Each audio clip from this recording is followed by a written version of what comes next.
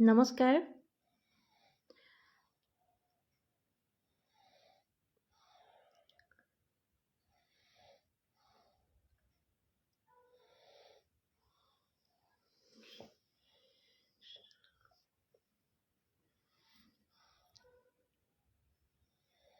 সকলোকে স্বাগতম জনাইছোঁ। এতিয়া প্ৰায় নিশা 12 বাজিবৰ সময় হৈছে, কিন্তু আজি এটা গুৰুত্বপূৰ্ণ কথাত মই লাইভ আহিব বিচাৰিছোঁ। সাধাৰণতে মই লাইভ আজিলৈকে অহা নাই, গতিকে কোন কোন আছে মোৰ বন্ধুসকল যদি জইন হয় আৰু মোৰ যদি ভইচটো শুনা পাই আছে তেন্তে কমেণ্ট কৰিলে মোৰ ভাল লাগিব। সাধাৰণতে মই লাইভ নাহোঁ, কিন্তু আজি এটা বিশেষ টপিক লৈ মই লাইভ আহিছোঁ, গতিকে সকলো জইন হ'লে ভাল লাগিব যিসকল আছে মোৰ ফ্ৰেণ্ড লিষ্টত। আৰু দেৰিকৈ আহিলোঁ অকণমান, কাৰণ ডিউটি আছিলে 10 বজালৈকে। তাৰপিছত আহিহে মই আচলতে আপোনালোকৰ ওচৰত আহিব পাৰিছোঁ।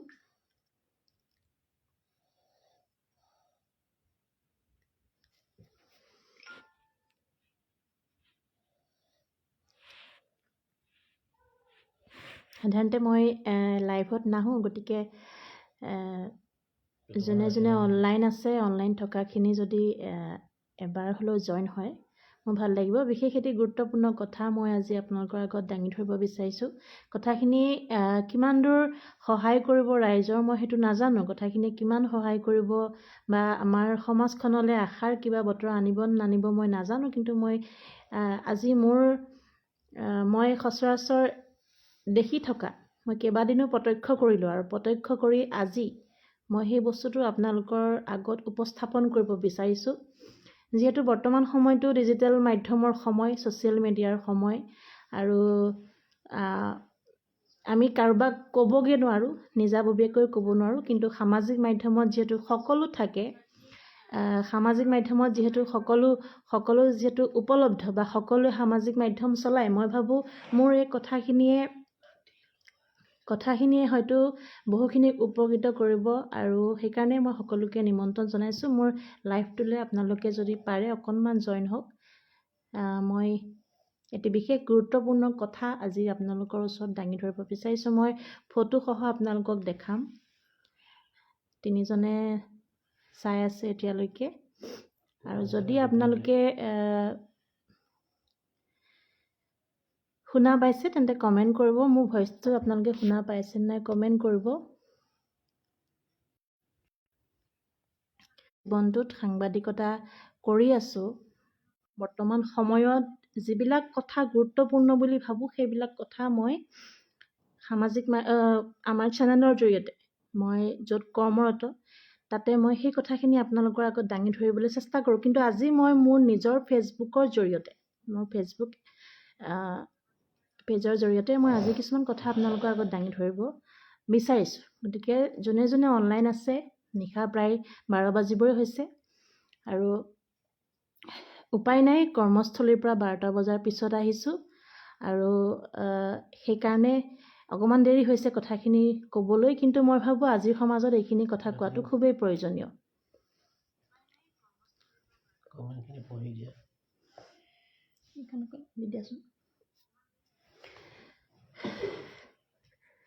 বুবু অসম, নমস্কাৰ দাদা, নমস্কাৰ।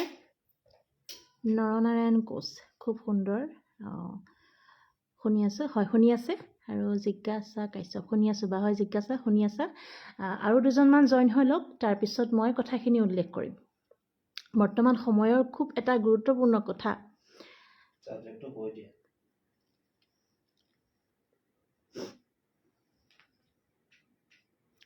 আৰু এইখিনিতে সকলোলৈকে নৱবৰ্ষৰ আন্তৰিক শুভেচ্ছা জ্ঞাপন কৰিছোঁ। 2025টোৱে আমাক বহুখিনি দিলে, 2025টোৱে আমাৰ পৰা বহুখিনি লৈ গ'ল। গতিকে 2026 মই ভাবোঁ আমাক এটা নতুন আশাৰ ৰেঙনি দিব। 2025ত আমি আমাৰ অমূল্য ৰত্ন হেৰুৱালোঁ, গতিকে 2026ত মই ভাবোঁ যিহেতু 6 সংখ্যাটো আছে, আৰু নিউমৰলজিৰ মতে 6 সংখ্যাটো খুব ভাল, আৰু মই ভাবোঁ এইবাৰ সকলোৰে কাৰণে ভাল হ'ব। কথাখিনি আৰম্ভ কৰক বুবু অসম। হয়, মই কথাখিনি আৰম্ভ কৰিম অকণমান সময়। কৈ দিয়া ছাবজেক্টটো কৈ দিয়া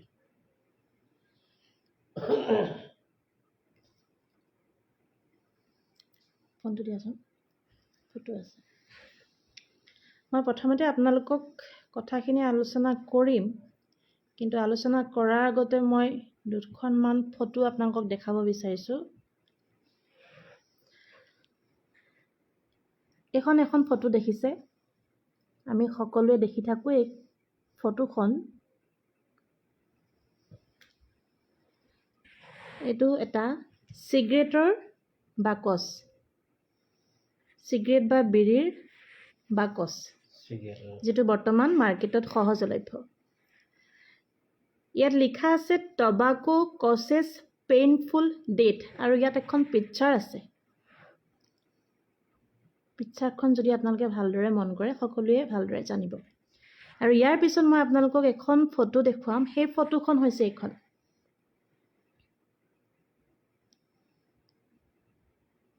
গ্লাছত যেতিয়া অলপ ফটোটো হেৰি হৈছে এটা মই স্ক্ৰীন শ্বেয়াৰ কৰিব নাজানো সেইকাৰণে মই এইটো ফোনৰ পৰা দেখাইছো যদি চাইছে আপোনালোকে এইখন এখন এটা চিগাৰেটৰ ভিতৰৰ অংশ মই ভাঙি দেখাইছো আপোনালোকক এতিয়া মোৰ কথাটো হ'ল মাননীয় মুখ্যমন্ত্ৰী ডক্টৰ হিমন্ত বিশ্ব শৰ্মাই অসমখনক নিচামুক্ত অসম হিচাপে গঢ়ি তুলিবলৈ বিচাৰিছে আমি বহুত দিনৰ পৰা এইটো বস্তু দেখি আছো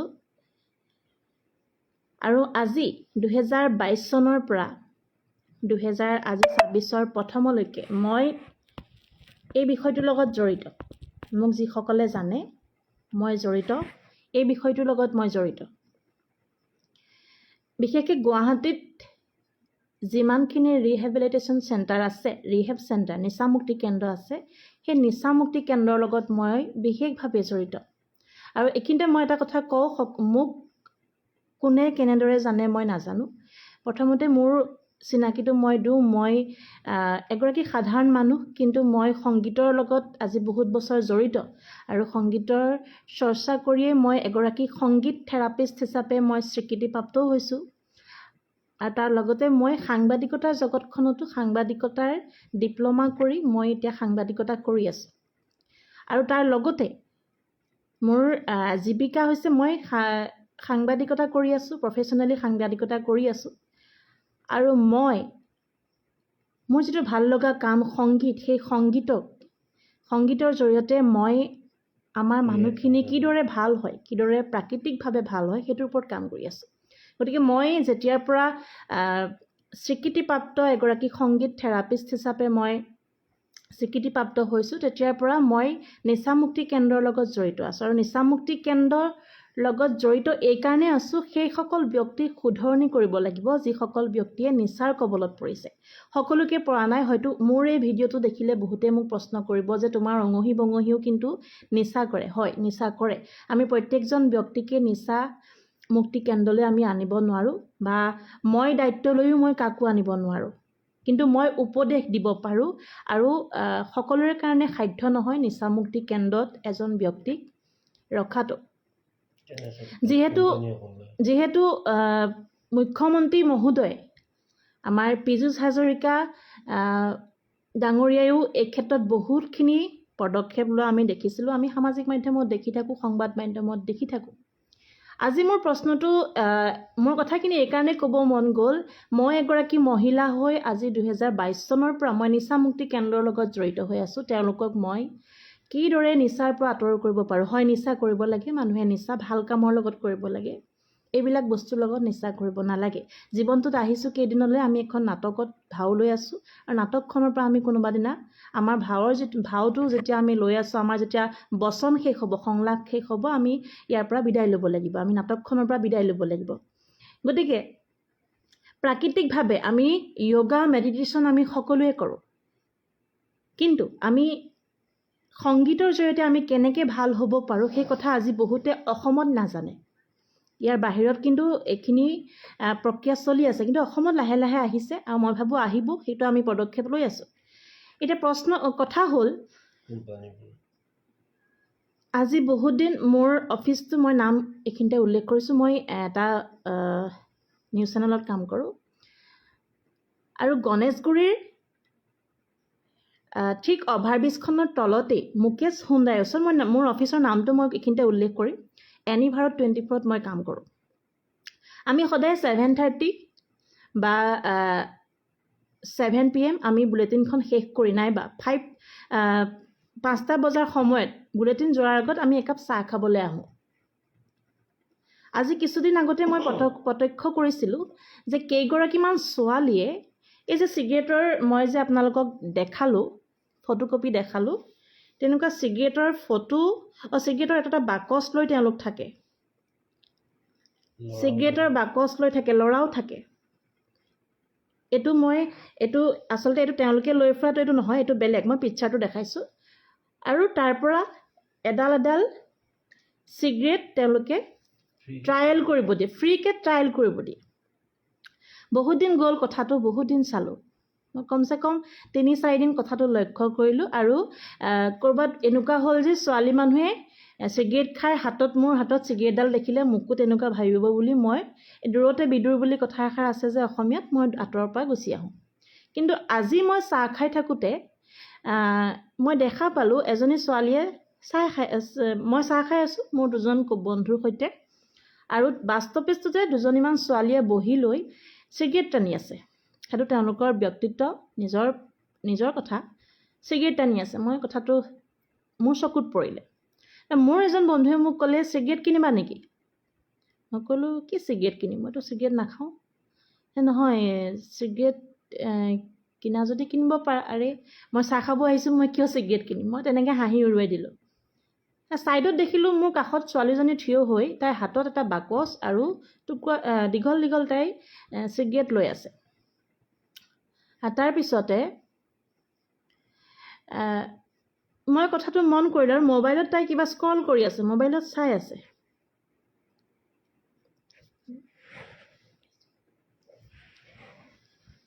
তাৰপিছতে মই কথাটো অকণমান মন দিলোঁ। মন দি কেনে মই তাইক সুধিলোঁ, তুমি চিগাৰেট বিক্ৰী কৰা নেকি?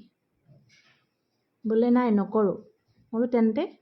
এতিয়া তেওঁ মোক ক'লে যে এইটো কোম্পানীৰ পৰা পঠাইছে, এইটো ট্ৰায়েল হয়। মই বোলো কি ট্ৰায়েল কৰিব লাগে? কৈছে এইটো চিগাৰেটটো আমি কোম্পানীৰ পৰা পঠাইছে, চিগাৰেটটো আমি ট্ৰাই কৰিম, ট্ৰায়েল দি আছোঁ। মই বোলো কিনিব লাগে নেকি? নালাগে, কিনিব নালাগে। তাৰপিছত মই ক'লোঁ মোক এটা দিয়াচোন। মই ল'লোঁ। মোক লগৰ কেইজনে জোকাইছে, তুমি চিগাৰেট খাবা নেকি? আমি জনাই নাছিলোঁ তুমিও যে চিগাৰেট খোৱা। মই বোলো ৰ'বা, মই কথাটো কৈ আছোঁ। তাৰপিছতে মই চিগাৰেটটো ল'লোঁ। প্ৰায় ইমানমান দীঘল এটা চিগাৰেট, বগা। মই কোনোদিন চিগাৰেট হাতেৰে চুই পোৱা নাই। আজি জীৱনত প্ৰথমবাৰৰ বাবে মই চিগাৰেটটো ল'লোঁ। তাৰপিছত তেওঁ মোক ক'লে, আপোনাৰ নামটো কওক। এতিয়া মই মোৰ নামটো তেওঁক দিলোঁ, কিন্তু মই মোৰ নামটো তেখেতক ভুলকৈ দিলোঁ। কাৰণ যিহেতু মই এটা অফিচত কাম কৰোঁ বা কোনোবাই হয়তো মোক চিনিও পায়, গতিকে মই মোৰ নামটো তেখেতক এটা মোৰ ভুল নাম দিলোঁ। এইটো মোৰ শুদ্ধ হ'ল নে ভুল হ'ল মই নাজানো। মই এটা নাম তেওঁক ক'লোঁ। তেওঁ মোৰ নামটো তাত লিখিলে। তাৰপিছতে মোক ক'লে, আপোনাৰ নাম্বাৰটো দিয়ক। মই নাম্বাৰ দিলোঁ, যিটো নম্বৰত মোৰ কল কৰিব ব্যৱস্থা নাই সেইটো নম্বৰ দিলোঁ। নাজানো ভুল হয় নে শুদ্ধ হয়, কিন্তু মই দিলোঁ। যিহেতু মই নিচামুক্তিৰ লগত জড়িত হৈ আছোঁ, মই যিমান পাৰোঁ সিমান কাম কৰিব চেষ্টা কৰি আছোঁ, গতিকে মই এইখিনি তেওঁক মিছাকৈয়ে দিলোঁ। ছোৱালীজনীক সুধিলোঁ, তোমাৰ ঘৰ ক'ত? বাইদেউ পাঠশালা। তাৰপিছত দেখিলোঁ তেওঁৰ লগত আৰু 2-এজন ল'ৰা আৰু 2গৰাকীমান ছোৱালী আছে। তাৰপিছতে মই ক'লোঁ, এইটো কি কৰিছা? তোমালোকে এইটো কি কৰা? তেতিয়া ক'লে যে বাইদেউ এইটো নহয়, তোমাৰ কি লাভ হ'ব? তুমি যে এই কামটো কৰিছা, মোক কৈছে এইটো আমাক চেলাৰী দিয়ে। এতিয়া মোৰ প্ৰশ্নটো এইখিনিতেই হ'ল, এই যিসকল ব্যক্তিয়ে আপোনালোকে বুবু অসম ডাঙৰীয়া, আপোনাক যিহেতু মই জানো, কুমাৰেশ দত্ত, ভাল লাগিছে আপুনি চাইছে মাৰ্কেটিং কৰাৰ ন কৌশল এইবোৰ। হয়, মাৰ্কেটিং কৰাৰ ন কৌশল, কিন্তু আমি এইবিলাক যদি এনেকেই ভাবি এৰি দিওঁ তেন্তে এই বিষয়বিলাক এনেকেই থাকিব। বুবু অসম ডাঙৰীয়া, আপুনি যিটো সংবাদ মাধ্যমৰ লগত জড়িত, মই ভাবোঁ এই কথাখিনি শ্বেয়াৰ কৰক। কুমাৰেশ দা, আপোনাকো কৈছোঁ, প্ৰত্যেকজন ব্যক্তিক এই বিষয়বস্তুটো শ্বেয়াৰ কৰক। আজি অসমত মুখ্যমন্ত্ৰী ডক্টৰ হিমন্ত বিশ্ব শৰ্মাই মহিলাসকললৈ বহুতো আঁচনি আনিছে। গাঁৱৰ মহিলাসকলৰ ক্ষেত্ৰত বহুতো আঁচনি আনিছে। কিন্তু আমি মনস্তাত্ত্বিক দিশটোৰ পৰা আমি ক'ৰবাত পিছ পৰি আছোঁ। সেই যে ছোৱালীজনী, মই তেওঁক দোষ দিব বিচৰা নাই, তেওঁ হয়তো পেটৰ তাৰণাত আহি এটা কোম্পানীত এটা ন্যূনতম 8,000 10,000 9,000 বা এটা কাম লৈ তেওঁ সেইখিনি কৰিছে। কিন্তু এটা কথা আমি মন কৰিছোঁনে, এই চিগাৰেটৰ পেকেটত প্ৰথমতেই লিখা থাকে, মই প্ৰথম পঢ়ি দিছিলোঁ কি লিখা আছিলে। ফটোকপিত এখন মুখৰ এটা অৱয়ব তাতে দেখাই দিছে যে চিগাৰেট খালে কি হয়। তাৰপিছতো কিন্তু চিগাৰেট আমি বন্ধ কৰিব পৰা নাই, বা চিগাৰেট চাদা নিচাজাতীয় বস্তুবিলাক আমি বন্ধ কৰিব পৰা নাই। ইয়াত লিখা থাকে টবেকো কজেছ পেইনফুল ডেথ। তাৰমানে ধূমপানে আমাক এটা খুব কঠিন মৃত্যু দিয়ে। তাৰপিছতো আমি এইবিলাক বস্তু এৰি দিয়া নাই। হয়, এৰি দিব নোৱাৰে, যিসকলে খায় ৰেগুলাৰ হেবিট হৈ গৈছে তেওঁলোকৰ কাৰণে এৰি দিয়াটো সাধ্য নহয়। কিন্তু এই কথাখিনি আমি মুখ্যমন্ত্ৰী ডক্টৰ হিমন্ত বিশ্ব শৰ্মাৰ লগতে যিসকল ব্যক্তিয়ে অসমখন নিচামুক্ত কৰিবৰ কাৰণে বিচাৰি আছে তেওঁলোকৰ ওচৰলৈ যোৱাটো মই বিচাৰোঁ। আপোনালোকে শ্বেয়াৰ কৰক। আৰু আমি যদি ওলাই কৰি দিওঁ এনেকৈ কিন্তু আমাৰ নতুন প্ৰজন্ম ধ্বংস হৈ যাব। এই যে ছোৱালীজনী আহিছে বা ল'ৰাটো আহিছে কাম কৰিছে, তেওঁলোকৰ মাক দেউতাকে নাজানে নহয় গুৱাহাটীত আহি সেই ছোৱালীজনীয়ে বা সেই ল'ৰাটোৱে কি কৰি আছে। আমি দেহ বেপাৰৰ ক্ষেত্ৰত লাগিছোঁ, নাৰী দেহৰ বিক্ৰীৰ লগত আমি কথা পাতি আছোঁ। কিন্তু এইবোৰত জানো আমি কেতিয়াবা কথা পাতিছোঁ? এই যে কোম্পানীবিলাকে তেওঁলোকক ইউজ কৰিছে, এই যে কোম্পানীবিলাক কিয় আমি ছোৱালীবিলাকে আমি পাহৰি গ'লোঁ নেকি? আমি তাঁত বাতি কৰা কাম পাহৰি গ'লোঁ নেকি? আমি এম্ব্ৰইডাৰী কৰা কাম পাহৰি গ'লোঁ নেকি? আমি ভাত বনোৱা কাম পাহৰি গ'লোঁ নেকি? ৰন্ধা বঢ়া কাম, ক্লাউড কিটচেন বহুত আছে, বহুতে এম্ব্ৰইডাৰী চিলাই মেচিন বহুত কাম কৰিছে। গতিকে সেইসকল মাক দেউতাকলৈ মোৰ অনুৰোধ, আপোনালোকে নিজৰ ছোৱালীজনী বা ল'ৰাটোৱে গুৱাহাটীত আহি কি কাম কৰিছে এবাৰ ভাবক, বা সেই ছোৱালীজনীৰ বা সেই ল'ৰাটোৰ কামটোৱে কি ক্ষতি কৰিব বা সমাজখনক কোনফালে লৈ যাব সেই বস্তুটো এবাৰ চাওক। আৰু হয়, বহুতো পিতৃ মাতৃয়ে সামাজিক মাধ্যমত নাথাকে, বহু পিতৃ মাতৃ এতিয়াও অজ্ঞ। তেওঁলোকৰ এটাই যে মোৰ ল'ৰাটোৱে কিবা এটা কৰিব লাগে, মোৰ ছোৱালীজনীয়ে কিবা এটা কৰিব লাগে। গতিকে তেওঁলোকক আমি এইখিনি বুজাব লাগিব, যিসকলে জানো আমি এইখিনি কথা ক'ব লাগিব। আৰু এইখিনি ক্ষেত্ৰত মই ভাবোঁ প্ৰশাসন যথেষ্টভাৱে গুৰুত্বপূৰ্ণ পদক্ষেপ প্ৰশাসনে ল'ব লাগিব। কাৰণ এই কোম্পানীবিলাক এটা দুটাকৈ বাঢ়ি গৈ থাকিব। আৰু কোনে জানে এই যে ট্ৰায়েল কৰি আছে, মই আজি এইকাৰণেই খুলি চালোঁ যে ইয়াৰ ভিতৰত কি আছে। সঁচাকৈ ইয়াত যিখিনি চিগাৰেটত থাকিব লাগে বা বিড়িত থাকিব লাগে সেইখিনি আছে নে ইয়াত কিবা বেলেগ আছে? যদি এনেকৈ আমাৰ গুৱাহাটী যিহেতু উত্তৰ পূবৰ মাজমজিয়া, গতিকে এই মাজমজিয়াত এনেকৈ হয়তো কোনোবাই ড্ৰাগছৰ সৰবৰাহ কৰি আছে। সেই কথাখিনি আমি কিয় পাহৰি গৈছোঁ? মাৰ্কেটিং কৰাৰ কৌশল হয়, মাৰ্কেটিং কৰি আছে, কিন্তু আমি কিয় এইখিনি কৰিব দিছোঁ? আজি মই এইখিনিতে তেওঁলোকক মই আজি এনেকৈ, কাৰণ আজি মই প্ৰথম তেওঁলোকৰ সৈতে কথা পাতিলোঁ, কিন্তু ইয়াৰ পিছত যদি মই পাওঁ, মই তেওঁলোকৰ সৈতে কথা পাতি ভিডিঅ' বনাই মই আপোনালোকৰ আগত প্ৰস্তুত কৰি এৰি দিম। কিন্তু এই কথাখিনি যিসকল ব্যক্তিয়ে চাই আছে মোৰ ফেচবুকৰ জৰিয়তে, মই তেওঁলোকক কওঁ, আপোনালোকে অনুগ্ৰহ কৰি মুখ্যমন্ত্ৰী মহোদয়লৈ আপোনালোকে এই বাৰ্তাটো পঠিয়াওক, আপোনালোকে শ্বেয়াৰ কৰক। মুখ্যমন্ত্ৰী মহোদয়ে যিমান যি হ'লেও তেখেতে গম পাব, কিন্তু মোৰ কথাখিনি গম পাব লাগিব বুলি মই এইটো কাৰণে কৈছোঁ যে এই কোম্পানীবিলাকক নাকি কোনে লগাব? যিবিলাক কোম্পানীয়ে এইবিলাক কাম কৰিব লৈছে, য'ত আমি অসমখনক নিচামুক্ত হিচাপে গঢ়িব বিচাৰিছোঁ, তেনেকুৱা এটা ঠাইত এইবিলাক বহিৰাগত কোম্পানী নে অসমীয়াৰ কোম্পানী, অসমীয়াৰ থলুৱা খিলঞ্জীয়াৰ কোম্পানী, কাৰ এইবিলাক? আৰু সেইসকল ল'ৰা ছোৱালীলৈ মই অনুৰোধ জনাওঁ, বহু কাম আছে, বহু কাম কৰক। অসমখন বিনন্দীয়া, অসমখনত কৰিব লগা বহুত কাম আছে। সকলোৱে নিজৰ চাৰ্টিফিকেট অনুযায়ী ঘৰত বহি থাকিলেই নহ'ব চাকৰি পাম বুলি। আমি হাতে কামে কৰিবৰ হ'ল। আমি যিহেতু প্ৰকৃত অসমীয়া, আমি কাম কৰিব লাগিব। আমাক দুখন ভগৱানে হাত দিছে, আমি কাম কৰিম। আৰু মই এটা কথা বিশ্বাস কৰোঁ, ভাগ্যক ধিয়ালে নহ'ব, কৰ্মই ধৰ্ম। আৰু কৰ্ম যদি কৰিম তেতিয়াহ'লে ভাগ্য সলনি হ'বই। আমাক এখন মুখ দিছে, আমি কথা ক'ব পাৰোঁ। আমাক লিখিবলৈ আমাক হাত দিছে, আমি লিখিব পাৰোঁ। আমাক সৃষ্টি কৰিব পৰা এটা মন দিছে, আমাক এটা মগজু দিছে, আমি সৃষ্টি কৰিব পাৰোঁ, নহয় জানো? গতিকে মোৰ আজি বেয়া লাগিছে, সেই ছোৱালীকেইজনীলৈ মোৰ বেয়া লাগিছে বা সেই ল'ৰাজনলৈ ল'ৰাকেইজনলৈ মোৰ বেয়া লাগিছে যে তেওঁলোকে হয়তো পেটৰ তাৰণাত আহি পেলাই এই কামখিনি কৰিব লগা হৈছে।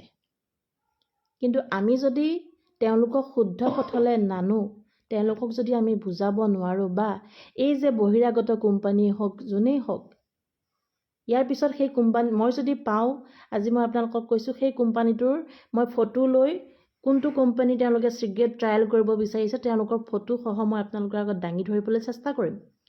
কিন্তু আজি মই আপোনালোকক জাষ্ট উদাহৰণহে দেখালোঁ। যদি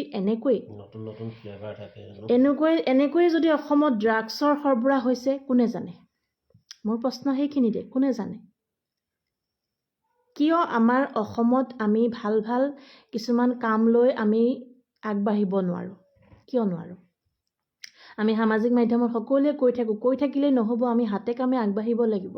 এতিয়া হাতে কামে আগবাঢ়ি যোৱাৰ সময়, আমি ক'ব নোৱাৰোঁ। মই আজি এই কথাষাৰ মই আন 10জনক ক'ব নোৱাৰোঁ, কিন্তু মই কাক ক'ম? মই ঘৰত আহি মোৰ মানুহজনক কৈছোঁ আৰু মই কাক ক'ম? মোৰ কথা এইখিনি শুনিবলৈ কাৰো সময় নাই। কিন্তু মই ফেচবুক লাইভত এইটো কাৰণে আহিলোঁ, কাৰণ সামাজিক মাধ্যমত সকলোৱে দায়বদ্ধ আৰু সামাজিক মাধ্যমত সকলোৱে থাকে। সকলোৱে ৰাতিপুৱা উঠাৰ পৰা ৰাতি শোৱাৰলৈকে, আগতে আমি ৰাতিপুৱা শুই উঠি আমি হাতত ব্ৰাছডাল লৈছিলোঁ, কিন্তু আজিকালি আমি শুই উঠিয়ে মোবাইলটো লওঁ। হয়, যুগৰ পৰিৱৰ্তন মানি ল'ব লাগিব। কিন্তু এই যে আমাৰ যিসকল ল'ৰা ছোৱালী যে কেৱল অকল এটা কাম লাগেকৈ থাকে বা তেওঁলোকে ওলাই আহি কাম কৰিম ঘৰলৈ পইচা পঠাব লাগে, আমি কিয় পাহৰি গ'লোঁ? আমাৰ অসমত কৰিবলগীয়া বহুত কাম আছে। আজি মই যদি এগৰাকী মই মোৰ নিজৰ উদাহৰণ দিছোঁ, মই যদি ৰাতিপুৱা 7টা বজাৰ পৰা 3টা বজালৈকে ডিউটি কৰি মই আকৌ 5:30 বজাৰ পৰা মই সেইসকল ব্যক্তিৰ সৈতে 8:30 বজালৈকে যদি মই তেওঁলোকক সময় দিব পাৰোঁ, নিচাৰ ক্ষেত্ৰত যিসকল ব্যক্তিয়ে নিচা কৰিছে মই তেওঁলোকক সদায় বুজাওঁ। মোৰ এইটোৱে দুখ লাগে যে মই যিসকল ব্যক্তিক বুজাই থাকোঁ বা মই যিটোৰ ওপৰত কাম কৰি আছোঁ, সেই বস্তুটোকে আমি চকুৰ আগত দেখি আমি মনে মনে থাকোঁ নহয়। মোৰ কেতিয়াবা এইটোও দুখ লাগে যে মোৰ কোনো যদি মোৰ ঘৰৰ সহোদৰ বুলি মই নকওঁ, মোৰ যদি কোনোবা ৰিলেটিভৰ এনেকুৱা পৰ্যায় হৈছে, কোনোবাই নিচা কৰিছে, মই তেওঁলোকক বুজাব নোৱাৰোঁ যে আপোনালোকে সেইজন ব্যক্তিক এলগা কৰাতকৈ, সেই ব্যক্তিজনক আপোনালোকে নিচা কৰিছে এনেকুৱা তেনেকুৱা এৰি দিয়াতকৈ আপোনালোকে নিচামুক্তি কেন্দ্ৰ ৰাখকচোন। চৰকাৰী নিচামুক্তি কেন্দ্ৰও আছে, প্ৰাইভেটো আছে। আৰু মই ভাবোঁ অকণমান যদি যাৰ পইচাৰ অভাৱ তেওঁলোকৰ কাৰণে বিনামূলীয়া ব্যৱস্থাও আছে, কোনো ৰিহেবত আছে, চৰকাৰী ৰিহেবো আছে। গতিকে আমি এই নিচাই আমাক কি কৰিছে? আমি আজি যদি মই এটা উদাহৰণ দিছোঁ যে হয় টেক্স লৈছে বা টেক্স ল'ব লাগিব, সেইখিনিৰ ওপৰত মই মাত নামাতো, সেইখিনি কোৱা মই যোগ্য হোৱা নাই। কিন্তু আমি যদি চাওঁ, আমি যিসকলে নিচা কৰিছোঁ আমি ডুবি গৈছোঁ, কিন্তু যোনে আজি যদি আপোনালোকে ৱাইন শ্বপৰ মালিকক চাই, কিন্তু মালিকে কোটি টকাৰ সম্পত্তি গঢ়িছে, কিন্তু যোনে মদ খাইছে, এলকহল লৈছে, তেওঁলোক কিন্তু ডুবি গৈছে, একেবাৰে শেষ। তেওঁলোকৰ এই জীৱন নাটকখন তেওঁলোকৰ ক্ৰমান্বয়ে শেষ হৈ যাব ধৰিছে। কিন্তু যিয়ে ৱাইন শ্বপ গঢ়িছে, যিয়ে ৱাইন শ্বপৰ বজাৰখনত যিয়ে ৱাইন শ্বপৰ মালিক হৈছে, তেওঁলোক কিন্তু কোটি টকাৰ সম্পত্তি গঢ়িছে, এটা ভাল ধুনীয়া জীৱন তেওঁলোকে গঢ়িছে। কিন্তু আমি যোনে নিচা কৰিছোঁ তেওঁলোকৰ কি হৈছে? উদাহৰণস্বৰূপে যদি আপোনালোকে বি বৰুৱা কৰ্কট প্ৰতিষ্ঠানলৈ যায়, তেনেহ'লে দেখি বেয়া লগা অৱস্থা হ'ব। হয়, কেৱল নিচা কৰিলেই কৰ্কট ৰোগ নহয়, কিন্তু প্ৰায় 80% মানুহৰেই কৰ্কট ৰোগ এইটো কাৰণেই হয়। তাৰ পিছতো কিন্তু আমি বুজাব নোৱাৰোঁ, সেইসকল মানুহক আমি বুজাব নোৱাৰোঁ। সেইসকল মানুহে নিচা কৰে, হয় তেওঁলোকক আমি এদিন দুদিনত আমি নিচাটো এৰুৱাব নোৱাৰোঁ, কিন্তু আমি চেষ্টা কৰিব লাগিব। চেষ্টা কৰিলেহে তেওঁলোকে নিচা এৰিব, মই ভাবোঁ। কিন্তু তাৰ আগতে আমি নাকি লগাব লাগিব এইখিনি কোম্পানীক, যিবিলাক কোম্পানী, যদি অসমীয়া কোনোবা খিলঞ্জীয়াই এই কাম কৰিছে, তেন্তে এইটো সঁচাকৈ বৰ দুৰ্ভাগ্যজনক হৈছে আমাৰ অসমবাসীৰ কাৰণে। আৰু যদি বহিৰাগতই কৰিছেহি, তেন্তে অতি দুৰ্ভাগ্যজনক হৈছে। কাৰণ আমাৰ এই অসমখনত যদি বহিৰাগতই এনেদৰে আহি থলুৱা আমাৰ খিলঞ্জীয়া ল'ৰা ছোৱালীক ব্যৱহাৰ কৰি এনেকুৱা ধৰণৰ কাম কৰিছে, মাৰ্কেটিং কৰিছে তেওঁলোকৰ কোম্পানীৰ কাৰণে, মই ভাবোঁ এইটোতকৈ আমাৰ লাজ লাগিবলগীয়া আৰু কথাই নাই। আমি কষ্ট কৰিছোঁ, কিন্তু তাৰ বিপৰীতে এচামক বিপথে লৈ গৈছে। আৰু শেষত কি হ'ব? হয়তো সেই কোম্পানীটো কোনোবা দিনাখন ইয়াতে যদি মাৰ্কেটিং তেওঁলোকৰ ভাল নহয়, তেওঁলোক উধাও হ'ব। আৰু সেইসকল ল'ৰা ছোৱালী কি কৰিব? গতিকে আজি এই কথাখিনি মই আপোনালোকৰ আগলৈ দাঙি ধৰিবলৈ চেষ্টা কৰিলোঁ। মোৰ মনত আজি মোৰ বেয়া লাগিছে, সেইসকল কোনোবা পিতৃ মাতৃৰ ছোৱালী নহয়, কোনোবাই ঘৰলৈ পইচা পঠিয়াব লাগে। আমি বেয়া দিশেৰে চাওঁ, ছোৱালীজনীয়ে আইফোনটো ল'লে আমি ছোৱালীজনীক বেয়া দিশেৰে চাওঁ। এই ছোৱালীজনী কি কৰি আছে, কিয় আইফোন লৈছে, ইমানটো টকাৰ দৰমহাহে পাই তাই আইফোন লৈছে। কিন্তু কোনোবা এজনী ছোৱালীয়ে কিন্তু কষ্ট কৰিও আইফোন এটা লৈছে। কোনোবাই কিন্তু কষ্ট কৰি নিজক প্ৰতিষ্ঠা কৰিবলৈ চাইছে, কোনোবাই সমাজৰ কাৰণে কাম কৰিছে। আমি কেৱল মহিলাক দোষ দিলেই বা কোনোবা এজন ব্যক্তিক দোষ দিলেই নহয়, কিহৰ তাগিদাত পৰি তেওঁলোকে এই কাম কৰিব লগা হৈছে। গতিকে আজি মোৰ খুব মনটো বেয়া লাগিলে সেই ছোৱালীজনী বা সেই ল'ৰাটোৱে কমটি তাগিদাত বা কম পেটৰ তাৰণাত পৰি গুৱাহাটীহেন চহৰত আহি ৰাস্তাই ৰাস্তাই মানুহক এনেকৈ লাজ লাগিবলগীয়া কথা, য'ত মই চিগাৰেটটো মোৰ হাতত ল'ব মই লাজ পালোঁ, সেইজনী ছোৱালীয়ে হয়তো তেওঁ চিগাৰেট নাখাবও পাৰে। তেওঁ ফ্ৰী ট্ৰায়েলৰ কাৰণে কেইটামান টকাৰ কাৰণে তেওঁ সেই কাম কৰি ফুৰিছে। কিন্তু কোনে অধিকাৰ দিলে সেইসকল কোম্পানীক? প্ৰাইভেট কোম্পানী, চৰকাৰীটো কেতিয়াও হ'ব নোৱাৰে। প্ৰাইভেট কোম্পানীক কোনে এইখিনি অথৰিটি দিলে যে এনেকুৱা ধৰণৰকৈ মাৰ্কেটিং কৰিব লাগে? আৰু আপোনালোকলৈও আহ্বান, যোনে যোনে মোৰ আজি ভিডিঅ'টো চাইছে, মই ইমান ডাঙৰ মানুহ নহয় যে মোৰ ইয়াতে বহুত ভিউজ হ'ব, মই সেইটো নকওঁ। কিন্তু প্ৰত্যেককে অনুৰোধ কৰিম আপোনালোকে শ্বেয়াৰ কৰক। প্ৰত্যেকজন মানুহৰ আজি গুৱাহাটীত হৈছে, কাইলৈ আমি যোৰহাটত দেখা পাম, ডিব্ৰুগড়ত দেখা পাম, নগাঁৱত দেখা পাম, লাহে লাহে আমি বেলেগত। আমাৰ প্ৰতিজন ল'ৰা ছোৱালী, কাৰণ কিয় চাওক, আজিকালি ল'ৰা ছোৱালীবিলাকে সমাজৰ বিলাসিতাৰ লগত মিলি যাবলৈ যিকোনো কাম কৰিবলৈ লৈছে। মই ভাবোঁ তেনেকুৱা এটা কাম হ'ব পাৰে। গুৱাহাটীলৈ পঢ়িব, পঢ়া শুনা কৰি এটা ডেলিভাৰী বয় কাম কৰিব বেয়া পায়, খানা বনোৱা কাম ক্লাউড কিটচেন এখন কৰিব বেয়া পায়, ইমানখিনি পঢ়ি মই এইখিনিয়ে কৰিম নেকি, তেনেকুৱা ধৰণৰ মেণ্টেলিটি বৰ্তমান। গতিকে সেইসকল, মই ভাবোঁ আজি গুৱাহাটীত পাঠশালাৰ ছোৱালীজনী আহি যদি গুৱাহাটীত এইটো কাম কৰিছে, তেন্তে কাইলৈ তাই পাঠশালাত গৈও এই কামটো কৰিব। আজি 5জনক কৈছে, কাইলৈ 10জনক ক'ব আৰু মাতি আনিব, আমি এনেকৈ কোম্পানীত কাম কৰিম, পইচা ঘটিম আহ। কাৰণ এতিয়া পইচাটো সকলোতকৈ বেছি হৈছে। তেনেকৈ গোটেই অসমখনে এইটো বিষ বাষ্পটো বিয়পি যাব। গতিকে আমি এই ক্ষেত্ৰত যদি পদক্ষেপ নলওঁ, কোনে পদক্ষেপ ল'ব? বহুতে মোক ক'ব লাভ নাই, এইবোৰ কৰি লাভ নাই। কিন্তু কিয়? আমি এটা অসমীয়াত কথা আছে যে এটুপ এটুপকৈ পানী ৰাইজে নখ জোকাৰিলে নৈ বয়। আমি যদি ৰাইজে এটুপ এটুপকৈ পানী যদি নখ জোকাৰিলে পানী হৈ যদি এখন নৈ সৃষ্টি কৰিব পাৰোঁ, তেন্তে আমি কিয় সমাজত ব্যৱস্থা ল'ব নোৱাৰোঁ? আমাৰ ল'ৰা ছোৱালীখিনিক আমি কিয় বেয়ালৈ লৈ গৈ আছোঁ? আমি কিয় ভাল পথলৈ আনিব নোৱাৰিম? কিয় নোৱাৰিম? মোৰ এইটো প্ৰশ্ন। আজি যদি চাওঁ, আপোনালোকে গুৱাহাটী মহানগৰীত ভালকৈ চালে মন কৰিব, বা বহুজনৰ মোৰ এটাই ৰিকুৱেষ্ট, আপোনালোকে যদি মোৰ আজি হাজবেণ্ডক যেতিয়া মই ক'লোঁ, তেওঁ মোক কৈছে যে আমি দেখি আছোঁ। মই তেতিয়া কৈছোঁ যে দেখি থাকিলে নহ'ব, আমি এইটো বন্ধ কৰিব লাগিব। তেওঁলোকে বেলেগ কাম কৰক। হয়, আমি চৰকাৰী চাকৰি চবেই আমি কৰিব নোৱাৰোঁ, বা আমাৰ সেইখিনি হয়তো সকলোৰে এইটো শব্দ ক'ব লাগিব যে চবৰে ক্ষেত্ৰত নাই চৰকাৰী চাকৰি বা বেলেগ এটা চাকৰি। কিন্তু আমাৰ এই হাত দুখনেদি আমি আৰু কাম কৰিব পাৰোঁ, আৰু বহু কাম কৰিব লগা আছে আমাৰ। আজি কোনোবাজনে নাটক লিখিও নিজৰ জীৱিকা চলাই গৈছে, কোনোবাই গান লিখিছে, কোনোবাই আৰ্ট কৰিছে, কোনোবাই কবিতা লিখিছে, বহুত কাম কৰি আছে। এই যে মই কথাখিনি কৈ আছোঁ, কিয় মোৰ আজি এইখিনি কথা মই ক'ব পাৰোঁ কাৰণে মই কৈছোঁ।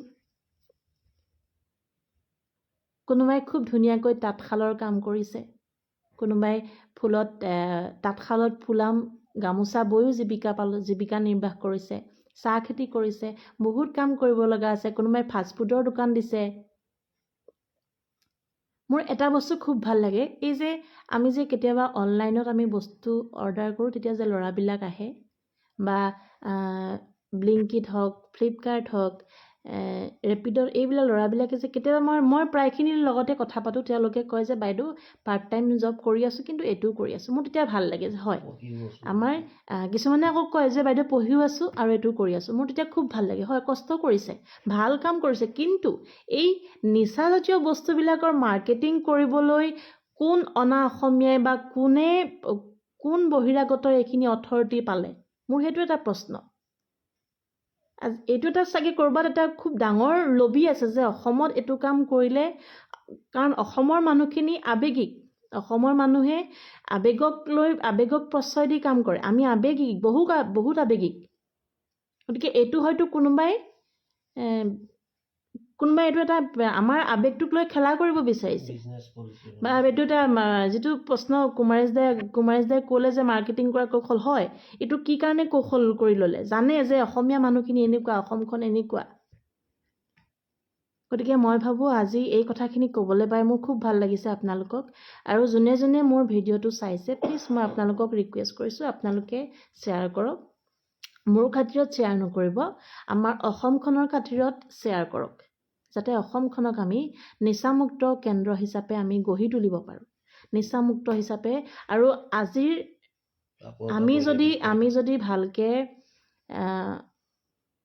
সমাজখন প্ৰতিষ্ঠা কৰোঁ, তেন্তে আমাৰ আহিবলগীয়া প্ৰজন্মৰ কিন্তু আমাৰ সমাজখনত ভাল হিচাপে, এজন সুস্থ সবল ব্যক্তি হিচাপে সুচাৰুৰূপে তেওঁলোক প্ৰতিপন্ন হ'ব। আৰু মই ভাবোঁ বিলাসিতাৰ জীৱন নালাগে, বিলাসিতাৰ জীৱনেই নহয়, আমি ভালদৰে সুস্বাস্থ্যৰ গৰাকী হৈ আমি কেনেকৈ থাকিব পাৰোঁ, আমাৰ এই জীৱন নাটকখনত আমি কেনেকৈ ভাও লৈ থাকিব পাৰোঁ শেষ সংলাপলৈকে, সেয়াহে কিন্তু মই ভাবোঁ শ্ৰেষ্ঠ বুলি মই ভাবোঁ। বিলাসিতাই সকলো নহয়। আৰু সেইসকল ল'ৰা ছোৱালীলৈ মোৰ অনুৰোধ, প্লিজ তোমালোকে সঠিক সিদ্ধান্ত লোৱা, সঠিকমতে কাম কৰা, আগবাঢ়া। এদিন দুদিন কষ্ট হ'ব, 1ৰ পৰা আমি চিধা গৈ আমি 100 পাবগৈ নোৱাৰোঁ। 1ৰ পৰা 99লৈকে গন্তি কৰিলেহে আমি 100 পামগৈ, নহয় জানো? ঠিক তেনেদৰে আমি এটা সৰু কাম কৰিলেহে আমি এদিন ডাঙৰ হ'বগৈ পাৰিম। গতিকে এই বস্তু মই ভাবোঁ উদাহৰণ হিচাপে, ভাল বিজ্ঞ ব্যক্তিৰ উদাহৰণ হিচাপে লৈ আগবাঢ়ি যোৱা। পঢ়া শুনা কৰিয়েই যে চাকৰি কৰিব লাগে এইটো কথা নহয়, আমি নিজাববীয়াকৈও আমি নিজক ভালকৈ প্ৰতিপন্ন কৰিব পাৰোঁ, বা ভালকৈ আমি সমাজৰ আগত প্ৰতিষ্ঠা কৰিব পাৰোঁ। গতিকে মোৰ কথাখিনি আছিলে ইমানেই। এই মাজৰাতিখন আপোনালোকৰ আগত কিছু কথা দাঙি ধৰিলোঁ। আৰু এই কথাখিনি মই আকৌ কৈছোঁ, যদিহে মই তেওঁলোকক আকৌ লগ পাওঁ, তেতিয়াহ'লে কিন্তু মই আপোনালোকক সেই কোম্পানীটোৰ ফটো দিবলৈ মই চেষ্টা কৰিম যিমান পাৰোঁ।